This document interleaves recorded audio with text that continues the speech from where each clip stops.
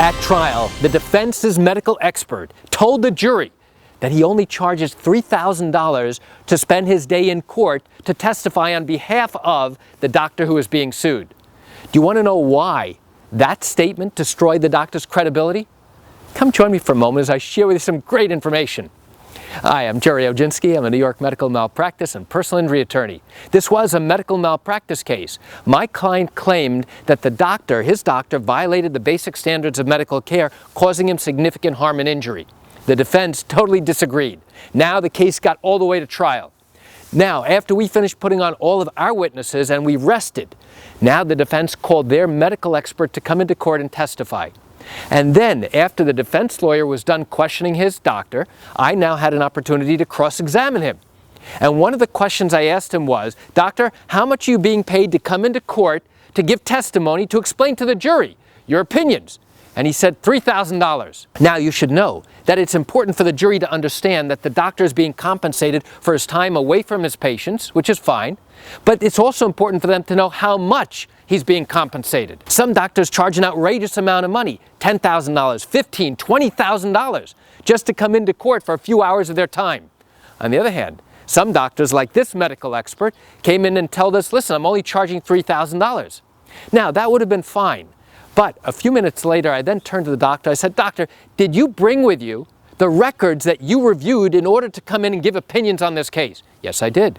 "And you have them here with you today?" "Yes, I do." "Can I see them?" And now the doctor hands me a folder with the records that he reviewed. And now there's a key reason why I want to look through them. I'm looking for any notes that the doctor made in the margins of the medical records that might be favorable to me and my client.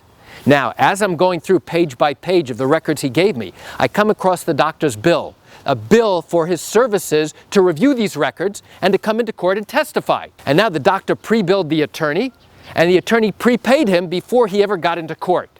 And now I'm looking at this invoice quickly, and it says $10,000. Now, how is that possible? The doctor told us a few minutes ago he only charged $3,000, and yet here I am looking at an invoice that he sent to the attorney. The attorney paid him $10,000, and now he just told this jury he only got paid $3,000. Something's not right. So the doctor has no clue what I just saw. So rather than go through all the notes, I have a better idea. I close up the folder, I hand it back to him. I said, "Doctor, you told us a few moments ago that you have been paid already $3,000 for the time to review these records and in anticipation of coming into court and spending some time with us. Isn't that true?" "Yes."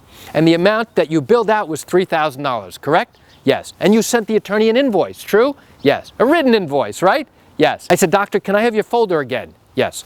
I now open it up, I take out the invoice, I say, "Your Honor, at this time, I offer this document into evidence." Now the defense attorney is worried. He jumps up out of his chair and says, "Your Honor, I'd like to see that document first."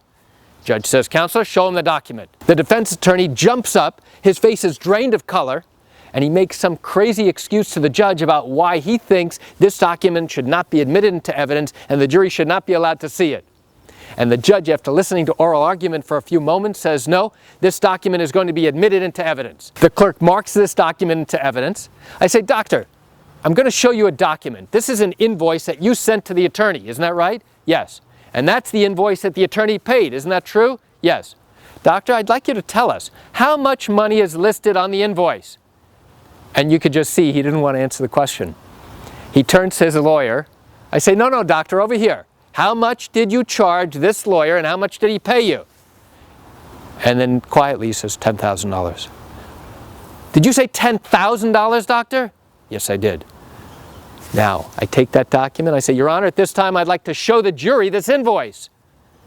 And he says, "Show it to the jury." And the court officer comes, takes the document, shows it to the jury.